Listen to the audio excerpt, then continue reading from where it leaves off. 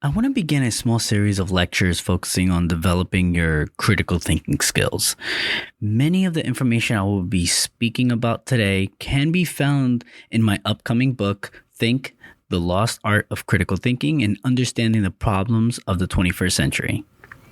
To recap on some of its foundations that I spoke about on the first episode of the podcast, critical thinking is to examine every piece of fact and or evidence that is available before you make a decision about something. It takes practice and discipline. And the hardest part of critical thinking is taking the emotions out of the decisions you make based on the facts you have evaluated. Now, also, critical thinking is self-directed, self-disciplined, self-monitored, and self-corrective thinking. This means you also need to develop these skills as part of critical thinking. And I'll elaborate on this. So, self-directed. It's a process in which individuals take the initiative with or without the help of others in diagnosing their learning needs, formulating learning goals, identifying human and material resources for learning, choosing and implementing appropriate learning strategies, and evaluating learning outcomes. In other words, you're self-educating yourself. Okay? Then we have self-discipline. The ability to control one's feelings and overcome one's weaknesses. The ability to pursue what one thinks is right despite temptations to abandon it. In other words, being able to put aside your emotions and look at all the facts and be able to look at the outcomes from all your information that you've received and then making a decision from there. Okay, regardless of what the outcome is, even if it hurts your feelings. And this is a big problem with a lot of social scientists that we have today at the university level. Now we have self-monitor. The ability to both observe and evaluate one's behavior. So now you have to kind of check yourself. You have to look, really have some reflection on like, is this an actual outcome? Is this a fact? Is this relevant? Is the conclusion based, am I being biased on this conclusion? Or am I looking at for what it is? So, and it's up to you to figure that out. You have to look at yourself, be able to look in the mirror and determine that. And then there's the most difficult step that most people will, especially today, are having a hard time doing. That's self-corrective thinking. And that's the ability to change your mind from the original and many times emotional decision or judgment. So you have to humble yourself. You have to be able to say, you know what? I was wrong about this. And you got to live with that. And it's okay. If everyone knew everything, this world and life in general would be an extremely boring place, and you'll have no reason to live if you know everything. There's like, what is there? What truly would be there? And that's something you have to look into yourself. But you can't just assume that whatever you first read, look at, Google or whatever the case may be, is the ultimate decision outcome or whatever, that must be it because it makes me feel good. So see how it's all connected. And critical thinkers also use different forms of logic to make these reasons. And some are deductive reasoning, which is, or arguments. Then you have abductive reasoning. Then you have inductive reasoning. And then you have deductive reasoning, which is deductive reasoning is my personal favorite, which, again, I don't want to encourage I'd rather you listen to the first podcast. I go deeper into detail regarding critical thinking. I believe it's between the first and second episode. Highly recommended. This would give you some enlightenment on it. But the main reason why I'm bringing this up is because this first part of the series, I want to talk about life in general. Now, I've done a lot of research through philosophy and different great minds, great leaders, and they all have something relatively in common. This is despite never possibly ever knowing about each other in history, or, let alone the fact that they didn't even live in the same lifetime. So, and that is, life is a combination, and this is how I'm summing it up. Life is a combination of poker and chess, and you always have to play to win. Napoleon Hill once said, "You have a brain and a mind of your own. Use it and reach your own decisions." And there are many wise men and women who devoted themselves to the ideas and philosophies of life. And we can dive into any sort of business or ideology and see that there are many examples. But I'll give you one. For example, in religious texts, let's talk about life in general. In religious texts, there are many moral stories and examples on how one should behave or react to a situation or challenge. The same can be said for one studying war. Wars can teach you the value of decisiveness and risk-taking. And in the end, it's all a game. And you always got to play to win. And whether you want to or not, you are playing this game. And this game that I keep talking about, that I keep mentioning, is called life. When you start the game at level 0, which is your birth, you will have a different game master that will teach and help you along the way. Now, this is my Dungeons and Dragons people. You get this. You're level 1. It's whatever the DM is saying. In this case, it could be your parents. It could be things out of your parents' control. And it gets complicated because you learn different rules on how to play. Advice, and whether it's advice from parents, mentors, teachers, and other gamers who may contradict each other. And that's why I bring up the Dungeons and Dragons. I happen to love that. That's the inner geek in me, because depending on the DM, you're going to have a different experience. The dungeon master being the DM. Anyway, but once you reach adulthood, the world may seem complex, especially those that are reaching that, I would say in the early 20s, when you start getting a little bit more experience in life.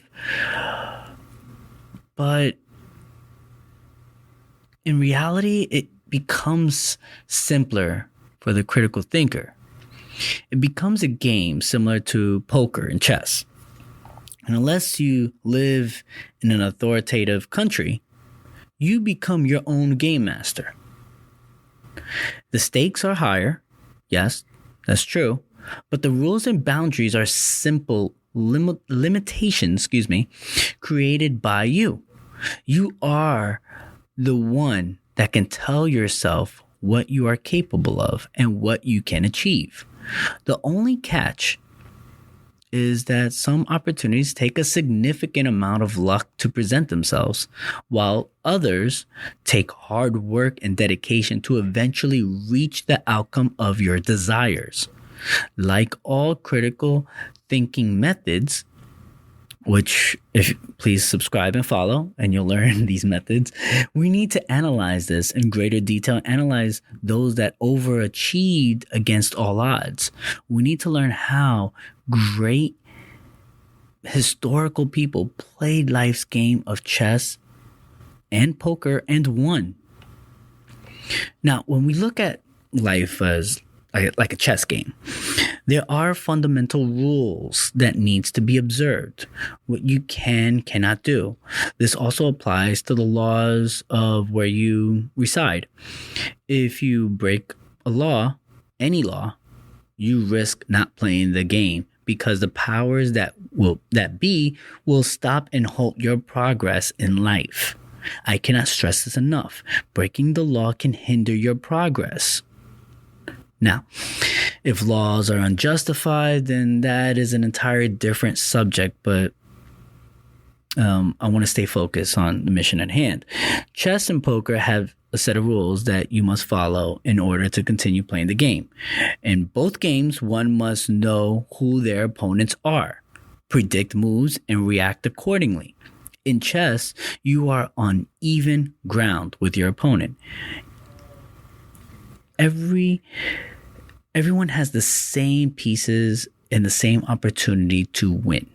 We can compare this to recent college graduates, two political opponents within the same government, or two new hires within a company.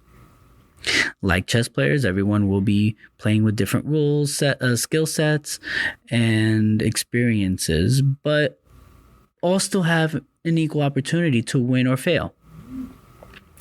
There have been plenty of times when a recent graduate will earn a position in a company because they also show that they can multitask by working in a job while attending school, or a rookie politician outsmarting a veteran politician, or a new hire in a company becoming their colleague's supervisor in a short time frame. These are examples of chess.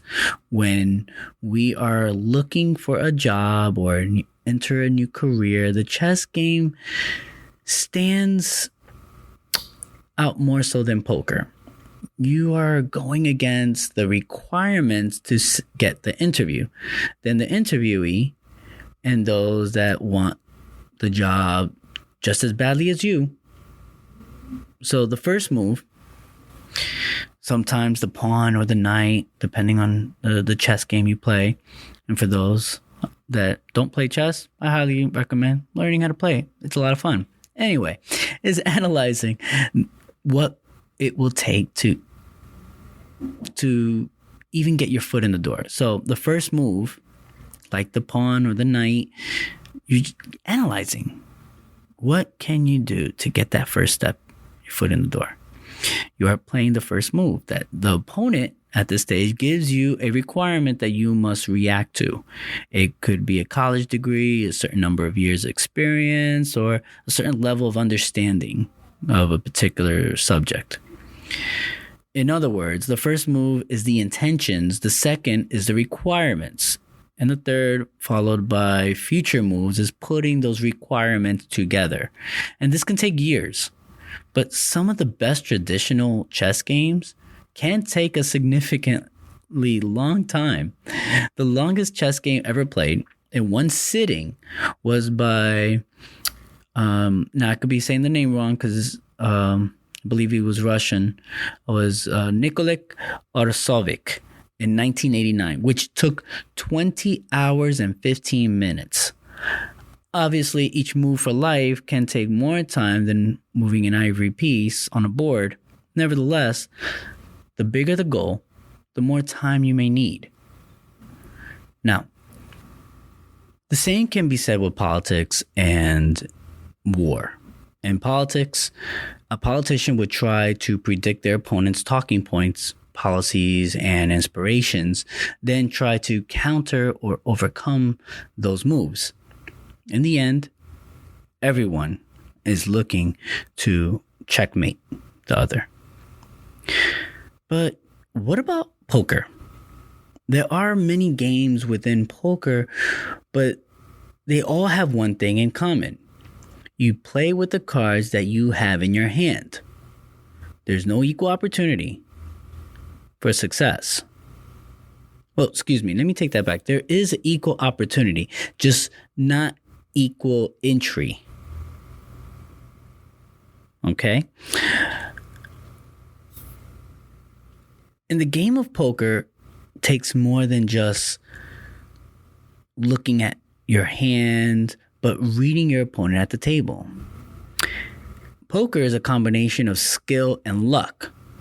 You are essentially playing the players, not the cards. And this is the most Machiavellian way of the game of life, turning something from nothing or something small to something larger. However, there are certain rules in the game, as well as psychological cues you need to be aware of in order to play the game well. Is your opponent bluffing? Are they betting on the chances that you would cower away? Do they have the cards and bank to kick you off the table? And what if you have an incredible hand? Do you want to bluff in order for the players to raise the stakes in your favor? Are you trying to get them off the table to win the pot? In every situation, these questions must be asked when you play this game. Life is no different. Many people have no problem killing your opportunities for success in order for them to get or stay ahead. In war, the armies are not on equal grounds like chess. There's a lot of people that say that, oh, war is a game of chess. It's not. There are no exact number of pawns, knights, and rooks when it comes to war. War, like life, is a game of poker. Generals play the other generals and with the hands they have. General Washington in the Revolutionary War in the Americas understood this, which resulted in the defeat of the great superpower of England. But we can say the same thing about Vietnam. When the United States lost the war, even though it was never truly declared a war. But I digress. But during the American Revolution, however, England was a superior force by large. They have defeated two European superpowers prior to, France and Spain, which gave them overall control of the North American colonies.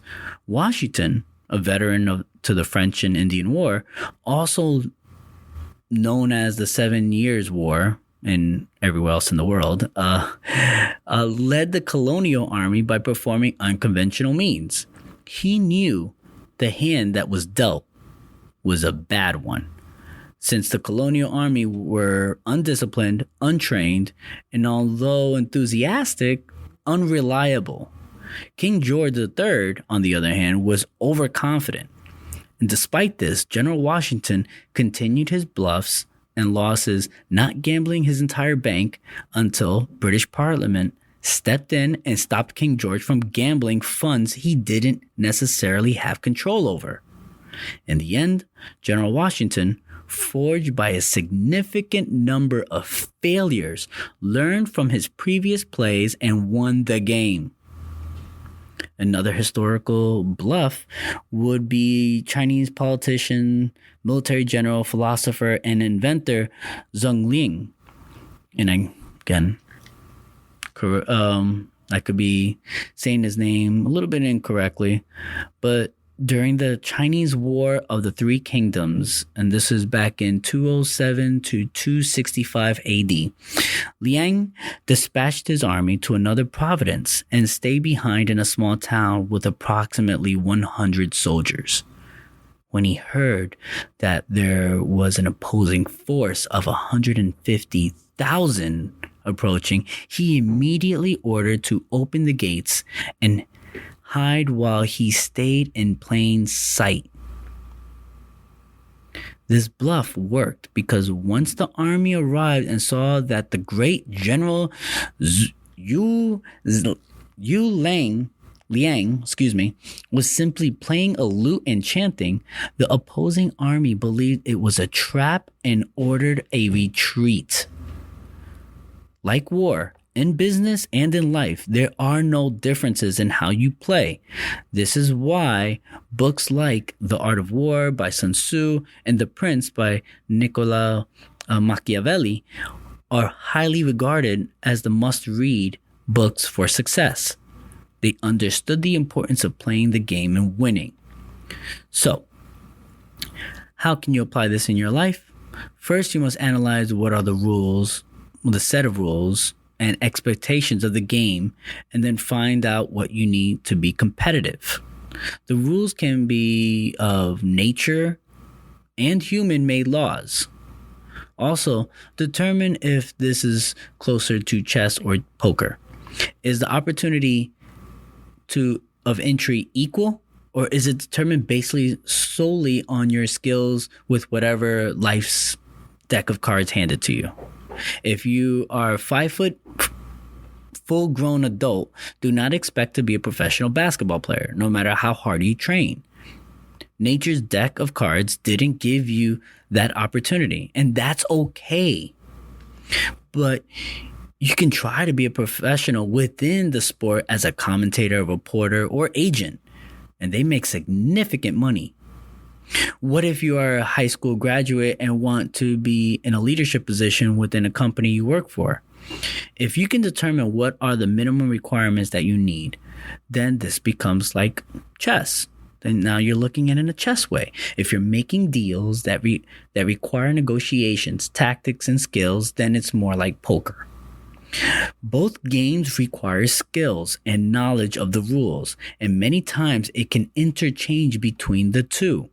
You have to systematically made your way through the front door of an opportunity, then immediately have to switch the game to stay within the realm of the opportunity. Examples where this can be seen most frequently are in careers within law, medicine, and architecture. All three of these careers require a systematic way to get into, but immediately begins to overlap with a poker-style mentality. In other words, if you can plan it, then you can execute and strategize. Now, once you determine the rules and identify if you can strategically plan or at least begin playing the game with the cards you are dealt, you need to play to win. Do not look at any losers in this game as victims, but as examples of what not to do. Evaluate what steps did they take, how were they taken, what natural laws were against them, if any. Then hypothesize using logic why the outcome occurred. If you can find other cases similar and evaluate what they did, you can eventually determine possible outcomes based on your research. That goes back to logic again. Lessons learned from real-world situations around you can increase your chances of success significantly, because you can begin to predict certain outcomes based on moves that need to be made, or at least know when to bluff, call, and raise the stakes. As you continue to move forward, there will be less players at the table. However, I must warn you, if you do not take the history of those around you or the history of the past seriously, you will learn a painful lesson sooner rather than later. Critical thinkers must understand that they can make a systematic plan in most cases, and turn a dream into a goal, then break down the goal into a process, which I will discuss in a future episode. Now, for goals that cannot be systematically planned, you can at least begin to prepare and learn the rules in order to begin the process to achieve those goals. Critical thinkers will evaluate the success and failures of others that try to achieve the same or similar goals and study the steps that were taken which led to the outcome they received. It is as important to study the failures rather than just the successes, because life, things in the natural world can sometimes be unpredictable, and you need to also prepare for such events. Although this all may seem complicated to some of you, it is actually simple and rewarding to take these necessary steps. If you personally do not know many people who try to accomplish the goals you have, the internet would probably be your next best bet.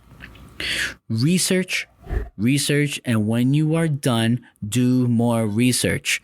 Learn from the history of others. Be a student and let the history of others be your teacher. I promise you, you will not regret it.